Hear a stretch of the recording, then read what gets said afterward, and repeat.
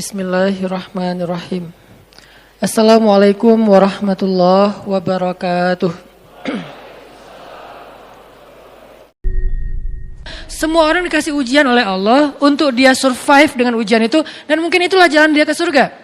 Termasuk orang yang tadi ujiannya wa tawassaw bil haq wa tawassaw bis sabr, artinya cari lingkungan yang bisa membuat kita lebih termotivasi dalam kebaikan-kebaikan. Al-mar'u ala dini khalili. Seseorang tergantung siapa temannya. Itu berlaku dalam spiritual, berlaku dalam bisnis. Seorang motivator bisnis mengatakan, kalau Anda ingin menjadi orang sukses, coba perhatikan 5 orang yang paling dekat dengan Anda. Sukses belum? Kalau 5 orang yang paling dekat dengan Anda bukan orang sukses, berarti Anda gak akan bisa sukses.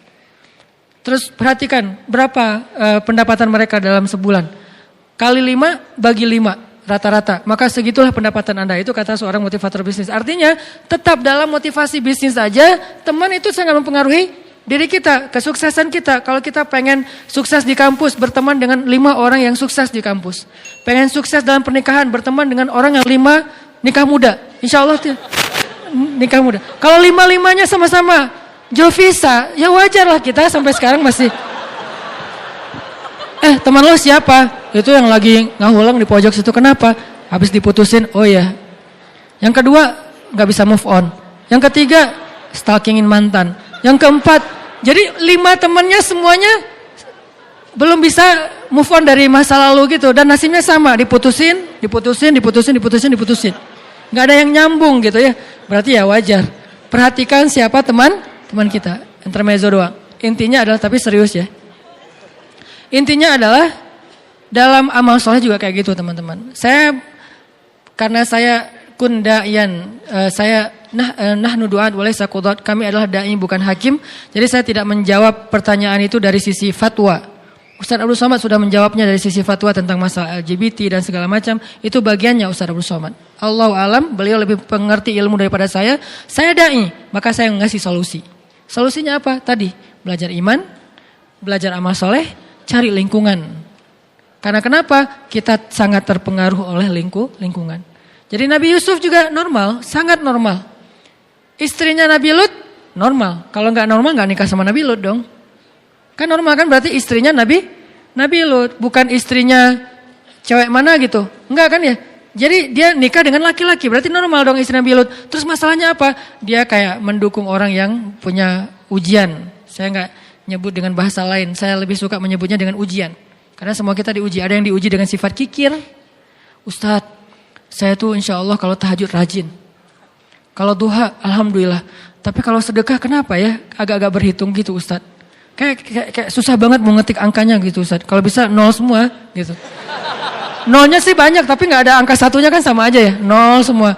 Kayak susah banget mau ngasih. Ada orang kayak gitu teman-teman. Ada yang kebalikan. Ustadz, saya tuh emang kalau insya Allah kalau sedekah saya jor-joran gitu. Tapi kalau disuruh puasa sunnah kayak berat banget Ustadz. Boleh nggak Ustadz puasa Ramadan saya pakai qadha aja, saya pakai fidyah aja.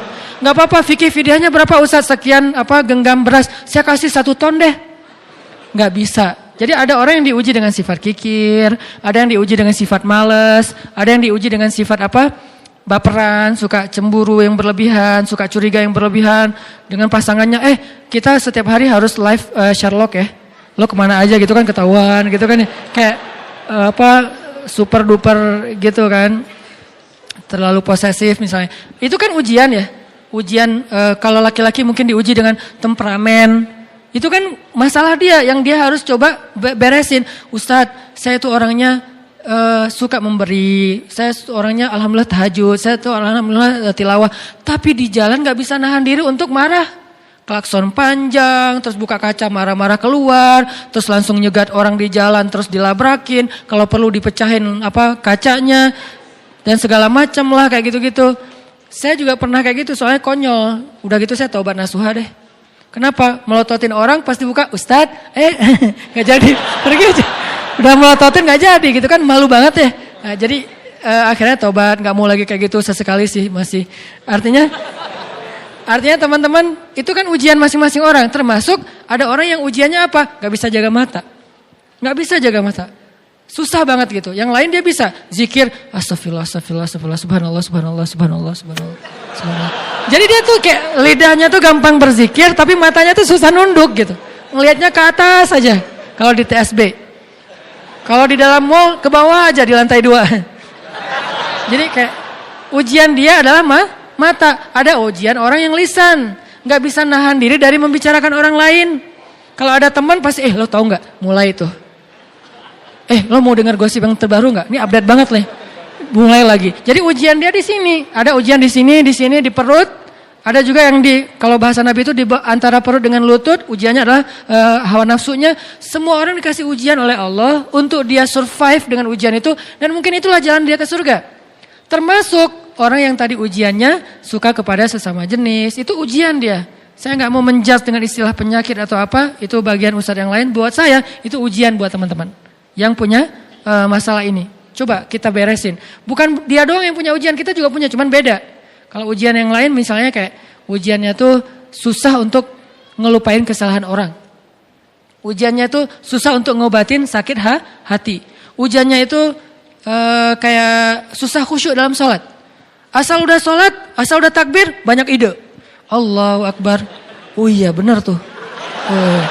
Jadi asal udah takbir dapat banyak ide gitu. Jadi kayak kalau dia udah mentok, gua sholat pura-pura. Bisa pas itu dapat ide gitu. Pas pura-pura nggak keluar ide. Oh harus beneran ternyata. Wudu beneran. Allahu Akbar. Tuh kan dapat ide beneran ya. Jadi kayak ujian banget buat dia sholat khusyuk. Itu semua orang diuji oleh Allah. Kan Allah menguji kita untuk melihat keseriusan kita dalam mendekati dia gitu. Makanya teman-teman yang punya ujian yang tadi saya sebutin, yuk illalladzina amanu, belajar iman. Belajar iman itu apa Ustadz? Belajar iman itu bukan belajar wawasan, belajar ngerasain iman di sini nih. Cinta sama Allah, takut sama Allah, apalagi kalau udah sampai ke takut, ya udah punya benteng tuh. Sehingga ketika Umar bin Abdul Aziz pertama kali jadi khalifah, lalu dia kayak speech gitu, sambutan presiden baru gitu kan. Ketika dia speech, kalimat pertama yang keluar dari Umar bin Abdul Aziz apa? Inni akhafun nar. Saya takut kepada neraka. Itu kalimat pertamanya Umar bin Abdul Aziz ketika menjabat sebagai presiden. Takut kepada neraka. Itulah yang membuat dia gak bisa tidur malam hari kecuali mau mencari tahu apa masalah rakyatnya. Itu yang membuat dia akhirnya mengeluarkan semua hartanya untuk kebutuhan rakyatnya. Sampai gelang-gelang istrinya diambil. Dia bilang kepada istrinya, yang aku atau gelang. Maksudnya gimana? Kalau kamu pilih aku, maka berikan gelang itu untuk rakyat. Kalau kamu pilih gelang, maka aku tinggalkan kamu secara baik-baik, kita jalan sendiri-sendiri. Kayak gitu Umar bin Abdul Aziz. Jangan langsung dipraktekin ya. Karena Umar bin Abdul Aziz ngomong kayak gitu setelah mendidik istrinya sekian tahun. Dan istrinya juga bukan perempuan biasa. Ummul Ayal, perempuan ini namanya Fatimah, itu juga anak raja, orang hebat banget, soleha banget. Makanya Umar Abdul Aziz tahu lah level istrinya. Sehingga dia bilang, yang gelang atau aku? Setelah dijelaskan oleh Umar bin Abdul Aziz, apa kata jawaban istrinya? Wahai Umar bin Abdul Aziz, yang bukan cuman gelang, dunia dan seisinya kalau kamu minta aku berikan selama Allah ridho kepadaku. Itulah istri yang soleha. Berdoalah semoga kita diberikan makmum seperti istri Umar bin Aziz. Tapi kitanya harus jadi Umar bin Abdul Aziz. Jangan yang gelang atau aku. Buat apa? Mau beli motor baru. Gak benar ya. Mau beli apa misalnya kayak kebutuhan kayak hawa nafsu kita doang. Jangan. Artinya itulah mereka. Karena takut kepada Allah ketahan dari berbuat dosa. Umar bin Khattab juga kayak gitu. Karena takut kepada Allah hanya gara-gara salah ngomong ke seorang nenek-nenek yang beragama Nasrani. Itu kepikiran gak bisa tidur malam. Ada nenek-nenek datang ke Umar bin Khattab bilang, ya Amirul Mukminin, udah jadi Amirul Mukminin, presiden. Ya Amirul Mukminin, saya ini nenek-nenek yang punya banyak utang. Nenek-nenek punya banyak utang. Gak sanggup bayar. Boleh gak saya minta tolong dari Baitul Mal supaya saya bisa bayar hutang? Buat apa hutangnya nek? Kok banyak banget? Nenek kolektor barang-barang antik? Bukan. Saya itu hutang karena gak punya keluarga yang menafkahi saya. Sehingga saya berhutang udah numpuk sekarang.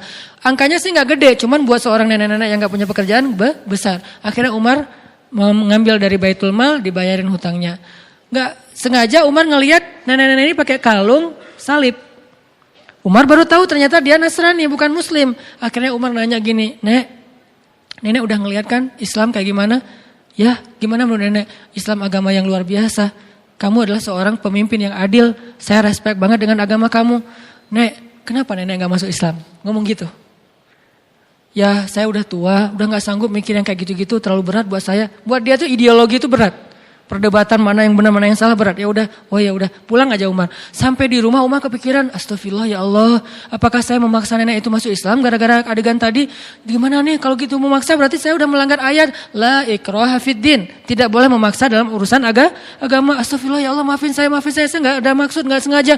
Lama dia kepikiran, malam enggak bisa tidur, bolak-balik enggak bisa tidur, sampai ditanya sama istrinya Umar, Atikah, ya Umar kenapa kamu enggak bisa tidur? Ya Allah ampuni saya. Dia enggak mau ngomong sama istrinya semalaman. Kenapa? Takut sama Allah. Besok dia datang kepada seorang sahabat yang paling bijaksana, Ali bin Abi Thalib.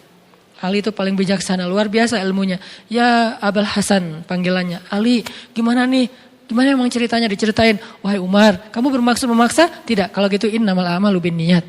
Beneran? Beneran. Alhamdulillah gitu coba.